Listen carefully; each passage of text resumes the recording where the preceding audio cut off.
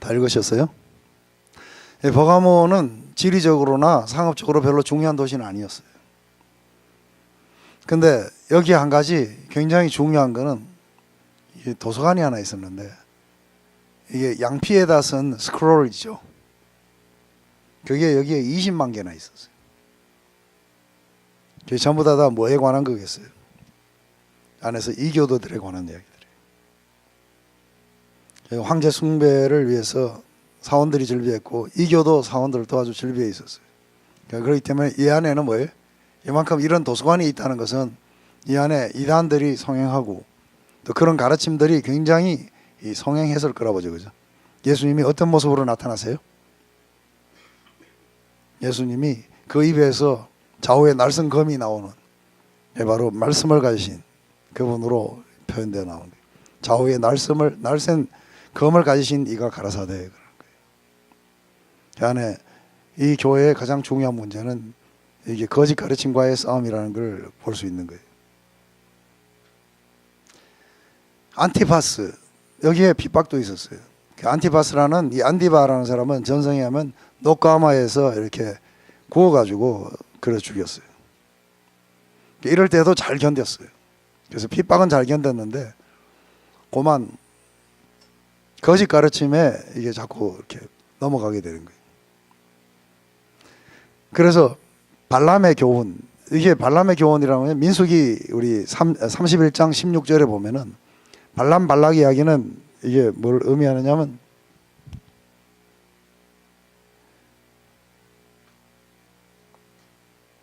했을 때 이게 이게 모압이고 이게 암몬이에요. 근데 이게 모압 왕 발락이라는 자가 있었어요. 근데 이 백성들이 여기 오니까 발람 선지자를 불러다가 이 백성들을 저주하라 그러는 거예요. 저주하라는데 저주하려니까 자꾸 축복이 나오는 거예요. 몇 번을 시도했는데 안 된 거예요. 그죠? 그래서 나중에 이 당나귀가 발람한테 이야기를 해가지고 발람이 이제 더 이상 저주를 못한 채 돌아가게 됐어요. 돌아가면서 모압 왕 발락에게 살짝 충고를 준 거예요. 어떻게 하냐면 이게 아무리 저주해도 하나님 축복하시기 때문에 안 된다는 거예요. 한 가지 이들을 멸망시킬 수 있는 방법인데 하나님으로부터 저주받을 수 있는 다 길이 있는데 뭐냐면 이걸 갖다가 유혹하라는 거예요. 유혹해갖고 모압 여자들하고 가늠도 하고 우상의 제물을 먹도록 하라는 거예요. 우상의 제물을 먹도록 해갖고 하나님으로부터 이들이 눈을 돌리도록 그렇게 하라고 발락에게 그렇게 교훈을 가르치고 떠나요. 그게 바로 이 교회 안에 문제가 뭐냐면 바로 우상에게 바친 음식을 먹고 음란한 행위를 했다는 거예요. 이건 두 가지가 한꺼번에 같이 나오는 거예요. 아까도 이야기했지만 이교도 사원에는 항상 이게 같이 있다는 거 이야기했었죠. 그죠? 그래서 이게 바로 그 모압이 있었던 거예요. 모압 그 우상에게 바친 제물들을 먹으러 오라고 초청을 해가지고 그래서 거기에서 모압 여자들하고 같이 간음을 하도록 그렇게 만들어가지고 그래서 이제 이들이 하나님으로부터 이제 저주를 받도록 하는 게 그냥 우리가 저주하면 저주가 안 된다. 그래서 이들을 유혹해야 된다는 거죠. 발람의 가르침을 허용했다는 거죠. 그래서 우상에게 바친 음식을 먹고 거기에 그들의 프랙티스에 참여했다는 거죠. 이걸 회개하라고. 그렇지 않으면 어떻게 한다고요? 돌아서자면은 주님이 직접 오셔서 그래서 누군가 아마 말씀을 가진 자들을 보내실 거라는 거죠. 보내갖고 그들을 이기게 하시겠다고 위로와 용기를 지금 주시는 거예요. 그러면서 이기는 그들에게 감춰진 만나, 이게 감춰진 만나라는 거는 실제적으로는 뭐예요? 이게 만나가 왜 감춰져 있어요? 이게 감춰지지 않은 건 누구나 다 알 수 있는 거예요. 그죠? 근데 안 믿는 사람들은 주의 말씀이 꿀처럼 안 달죠. 맞아요? 그렇기 때문에 이게 세상 사람들에게는 감춰진 만나예요. 또 한 가지는 예수님이 그렇게 말씀하시는 거예요. 사마리아 여인에게 이야기하시다가 사마리아 여인이 돌아가고 난 뒤에 제자들이 와서 먹을 걸 좀 가져왔습니다니까 내가 먹을 건 따로 있다고. 그래서 누가 음식을 갖다 주셨나 했는데 예수님 하신 말씀이 내가 여기 온 것은 하나님의 뜻을 행하는 것이 나의 음식이라는 거죠. 그러면서 많은 전도의 열매를 갖다가 지금 생각하시고 하시는 말씀이 추수할 때가 되었고 많은 추수할 일꾼을 보내달라고 그렇게 기도하라고 말씀하세요. 바로 이게 감춰진 만나. 그래서 하나님 말씀 속에 담긴 그런 진리의 꿀맛들, 그리고 이것이 전파되면서 수많은 열매들을 그렇게 맺게 될 거라는 거죠. 그리고 흰 돌을 줄 텐데 그래요. 이 흰 돌에 대한 이것은 출애굽기 28장 30절에 보면 그 우림이라는 게 나와요. 그 축복을 상징해요. 그 위에 새 이름을 갖다가 적어주겠다는 거예요. 그 이름 뭐겠어요? 어떤 거겠어요? 이거는 뭐 우리가 그냥 개수해 보는 거예요. 그 이름을 주는데 그 돌 위에다가 축복된 그 돌 위에다가 이름을 적어갖고 주게 되는데 받는 사람만 알아요, 그죠? 근데 거기 보니까 뭐라고 하냐면 너는 충성이다. 그리고 너는 하나님의 친구고 하나님의 얼굴을 구하는 자고 이게 뭔지는 몰라요, 그죠? 너는 joyfulness. 이건 하나님과 자신만이 아는 비밀들인 거예요. 이런 돌을 하나 받아봤으면 좋겠어요.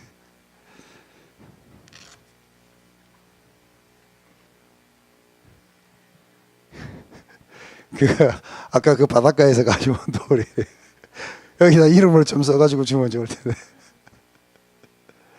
그때 제가 여러 개 가져왔어요. 가져와서 다 드렸는데 다 버렸죠? 아니? 집에 갖고 계세요?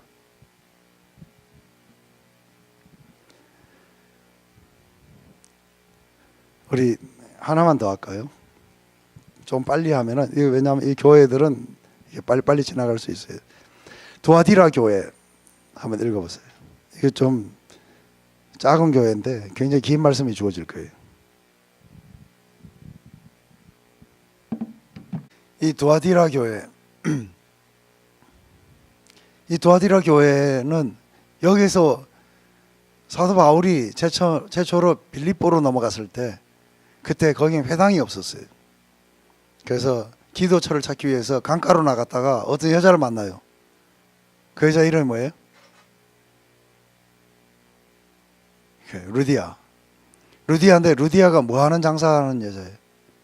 자주색 그 옷 장사예요. 예, 바로 이 여자가 여기서부터 왔어요. 두아디라에서. 사도행전 16장 14절에 보면 바로 여기 나와요.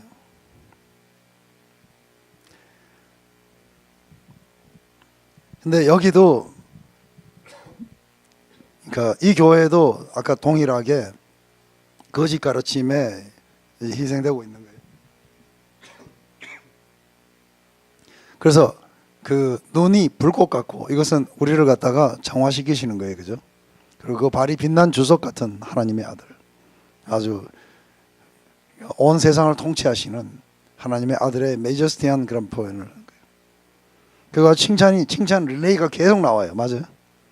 섬김과 인내와 처음보다 지금 행위가 처음 행위보다 훨씬 더 낫다고 그래요. 근데 한 가지 문제가 있어요. 자칭 이사벨을 갖다가 허용했다는 거예요. 이사벨은 열왕기상에 보면은 가장 사악했던 여자인데 누구예요? 큰 소리로. 예, 마누라. 아합 왕 부인이죠. 근데 이 여자는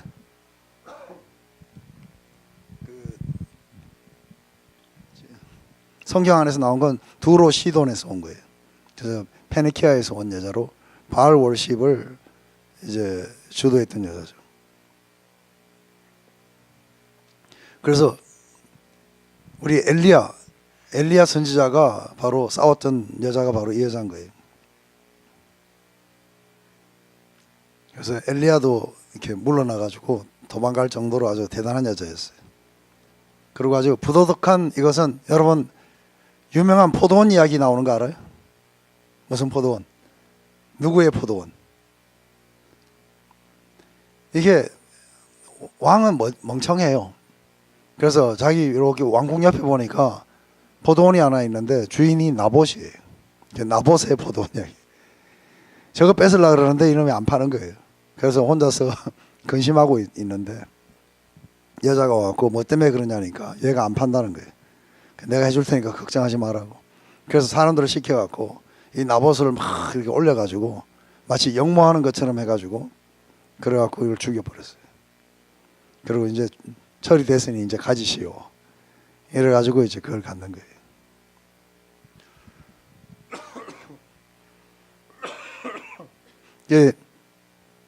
이게 바로 우상 숭배와 부도덕의 아주 대표적인 예가 바로 아합 왕의 부인인.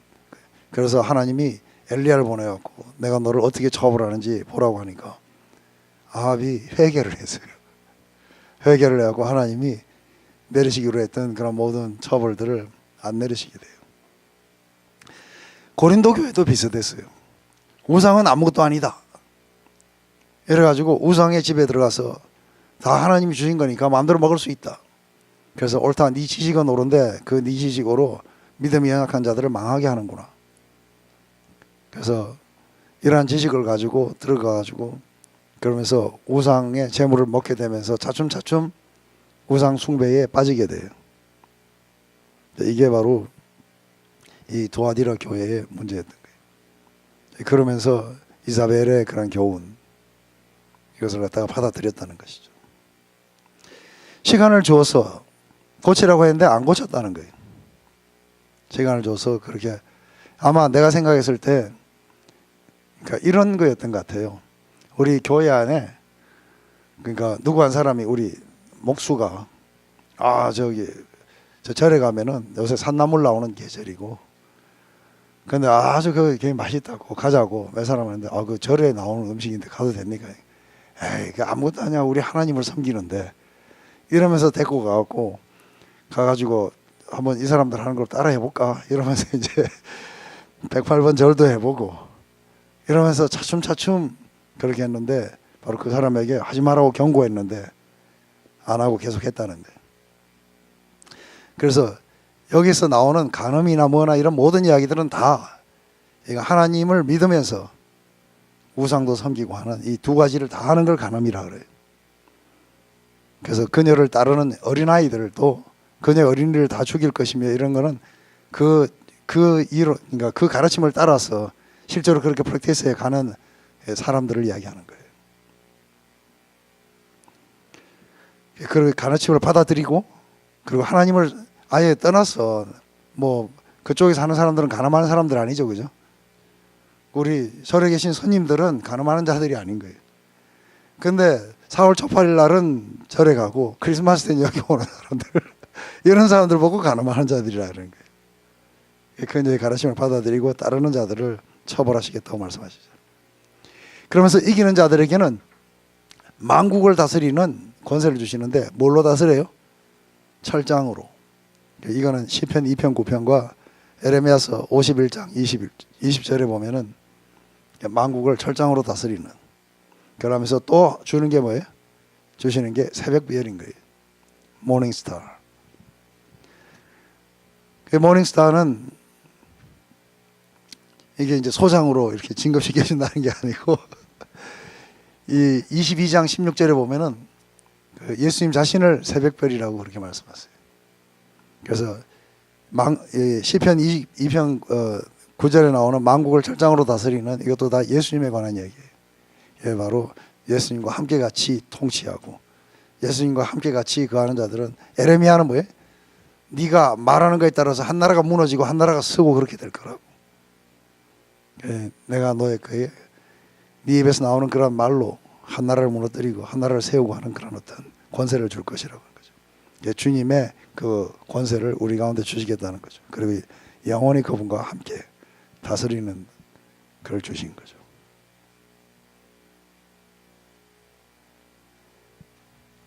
이게 한 가지 한 가지가 이해되시죠, 그죠? 딱 한 교회만 더 합시다. 4대 교회. 아주 또 재미있는 게 뭐냐면 굉장히 부유한 도시였어요. 그리고 굉장히 깎아지른 듯한 절벽 위에 이게 있었기 때문에 아주 자만이 말로 표현을 못해요. 그래서 아무도 우리를 침공하지 못할 것이다. 그리고 방비를 안 한 거예요.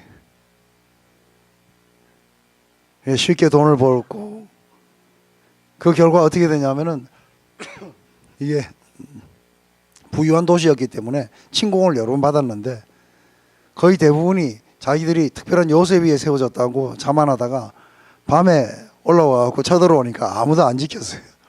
그래갖고 2번이나 망했어요. 이게 사대의 그 도시의 특징이에요.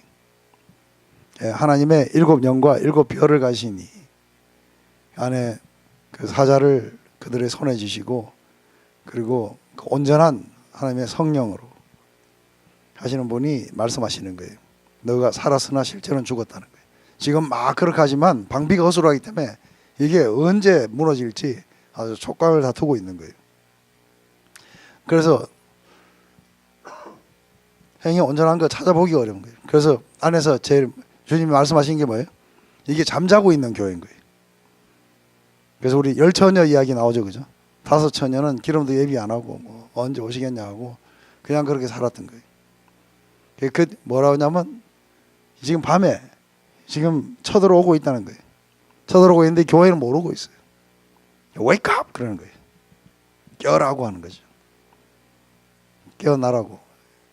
그래서 이 교회가 핍박을 받지도 않았어요. 왜 그래요? 교회가 교회 같지 않은 거는 핍박 안 하는 거 아시죠? 우리하고 비슷한데 뭐 때문에 핍박을 해요? 교회가 교회 같아야 핍박을 당해요. 그러니까 이 핍박도 없고 아무것도 없는 거예요. 그 속에서 뭐 하는 거예요? 개구리 주전자 속에서 죽어가듯이 지금 죽어가고 있는 거예요. 뜨뜻하니까 지금 온천에 들어온 줄 알고 있는 거예요. 밑에는 막 불이 끓고 있는데. 유대인도 로마인도 가만 놔두는 거예요. 저것들은 왜 만나는지. 꼭 방위 같아, 방위. 내가 방위 출신이거든. 저것들이 총도 안 가지고 뭐 하는 군인들인지 모르는 거예요.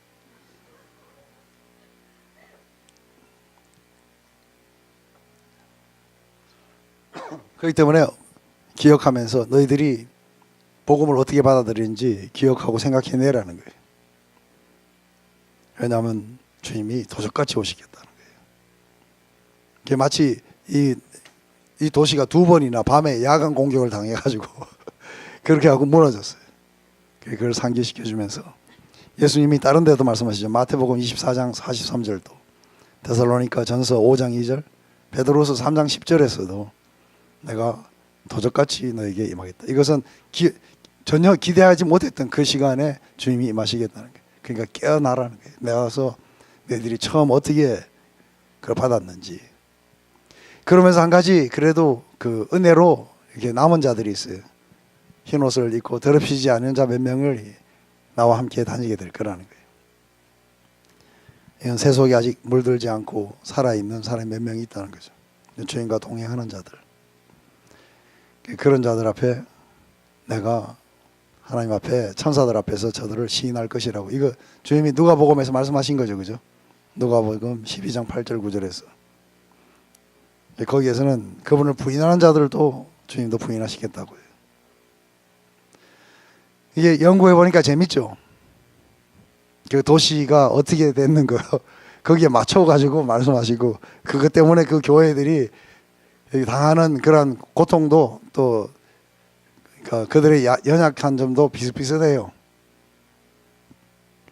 나중에 라오디게아라든지 이런 것들도 다 비슷비슷해요. 다 이러한 연고들을 가지고 지금 이 이야기를 하는 거예요. 그냥 막 하는 이야기 아니에요. 그러니까 아주 이 지역을 잘 아는 그 이 사도 요한에 의해서 이게 써져지게 될 때 예수님이 그것을 갖다가 사용하셔서 사도 요한을 통해서 이렇게 말씀하시는 거예요. 저희가 한번 집에 가셔갖고 또 이렇게 한번 해보시게 되면은 이렇게 한마디 한마디가 이렇게 재밌게 여러분들에게 다가가게 될 거예요. 기도하고 마칠게요. 하나님 아버지, 오늘 우리가 7교회 중에서 5교회를 봤습니다. 아버지, 이들이 핍박이나 아니면은 이들은 또한 거짓 가르침이나 또 세속에 물들어서 교회다운 그런 모습들을 잃어가고 있었습니다. 아버지, 그 중에서도 첫 번째 나왔던 이 에베소 교회처럼 너무나도 열심히 하다가 그만 주님을 향한 사랑을 잃어버린 그런 교회도 있었습니다. 아버지, 우리 모두가 다 이들 가운데 한두 가지가 우리 가운데 해당되는 것들을 봅니다. 지금 다시 한번 이 요한계시록을 읽으면서 우리 안에 예배가 회복되게 하시옵소서. 주님을 향한 사랑도 회복되게 하시옵고 열정도 회복되게 하셔서 주님 정말 교회가 교회다운 그런 교회로 우리를 만들어 주시옵소서. 예수님의 이름으로 기도드립니다.